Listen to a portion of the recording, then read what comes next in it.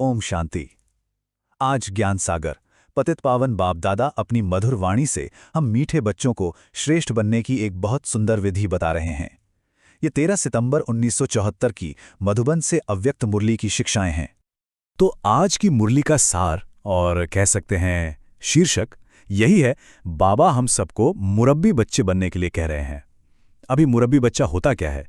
ये एक ऐसी अवस्था है जहां हमारा हर संकल्प, हर कर्म योग युक्त हो, मतलब एक बाप की याद में पूरी तरह लवलीन, और साथ ही युक्ति युक्त भी हो, यानी हर काम में दिव्यता की युक्ति हो। चलिए इस गहरे रहस्य को जरा और समझते हैं। बाबा आज अपनी रूहानी महफिल को देख रहे हैं, और देखिए ये कोई साधारण सभा नहीं है, बल्कि उन विशेष आत्माओं की मंडली है जिन्हें स्वयं बाप दादा मुरब्बी बच्चे की उपाधि से सजा रहे हैं।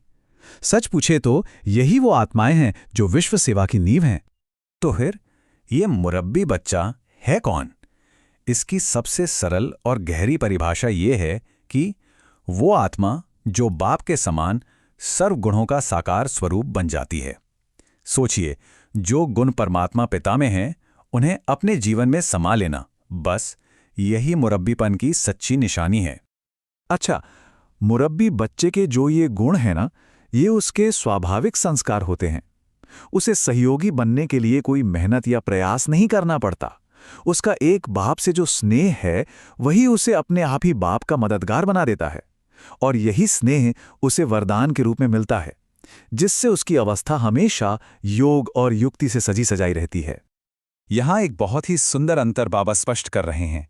देखिए, साधारण सेवा क्या है? ज्ञान को सुनाना। ये तो द्वापर युग से चला आ रहा है।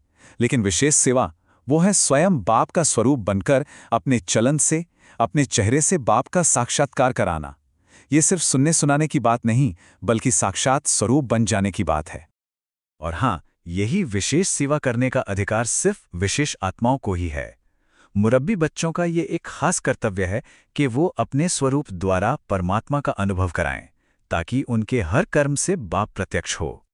तो फिर वो कौन सी गहरी बात है जो एक विशेष आत्मा को साधारण आत्मा से अलग करती है, और इसका असर सेवा के नतीजों पर कैसे पड़ता है? चलिए अगली स्लाइड में इसका रहस्य समझते हैं। यही है सबसे बड़ा और चमत्कारी अंतर। एक विशेष मुरब्बी आत्मा के संपर्क में आते ही किसी भी आत्मा का कनेक्शन एक सेकंड में बड़ी सहजता से सीधा बाप से जुड़ जाता है।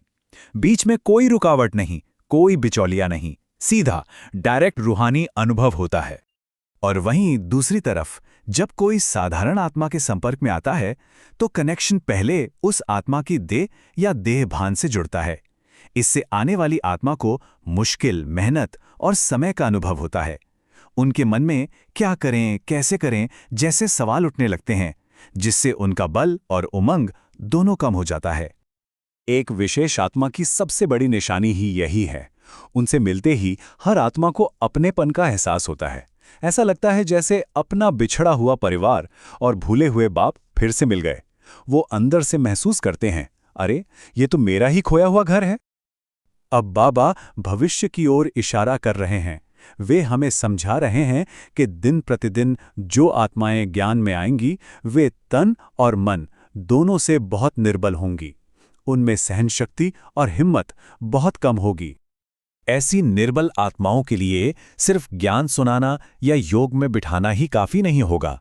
उन्हें निमित्त बनी हुई शक्तिशाली आत्माओं के सहयोग की, उनकी शक्तियों की सकाश की जरूरत पड़ेगी। सोचिए, जब आने वाले समय में प्राकृतिक आपदाएं बढ़ेंगी, तब इसकी कितनी आवश्यकता होगी।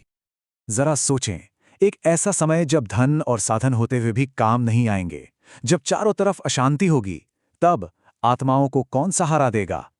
उस समय उनकी सबसे बड़ी भूख होगी शांति और शक्ति की। इसी भविष्य की महान सेवा के लिए बाबा हमें अभी से तैयार कर रहे हैं।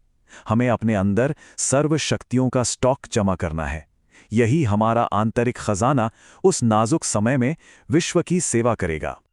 बाबा ना यहाँ एक बहुत ही सुंदर मिसाल देते हैं। देखिए, जैसे भोजन का लंगर लगता है ना? ठीक वैसे ही मुरब्बी बच्चों को शक्ति का लंगर लगाना होगा। जब थकी हारी अशांत आत्माएं शांति और शक्ति की एक एक बूंद के लिए आएंगी, तो उन्हें भरपूर करके भेजना है। और ये शक्ति का भंडार कभी खाली नहीं होगा।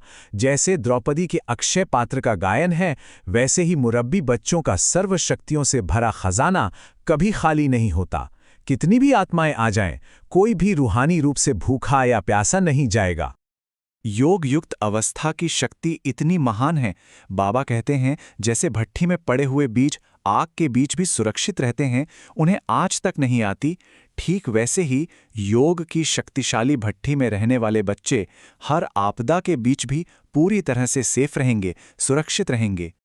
और सबसे बड़ी बात तो यह है कि जब शक्तियों का स्टॉक जमा होगा, तो प्रकृति भी दासी बन जाएगी। अगर हमारी धारणा में मजबूती है, तो कैसे भी विकराल समय में जरूरी साधन अपने आप ही प्राप्त हो जाएंगे। सूली भी कांटे में बदल जाएगी। तो इस मुरली का सार यही है, मीठे बच्चे, अपनी अवस्था को योग युक्त बनाओ, अपनी सेवा को युक्ति युक्त बनाओ और सदा एक बाप के स्नेही और सहयोगी बने रहो। यही मुरब्बी बच्चों का कर्तव्य भी है और वरदान भी। ओम शांति।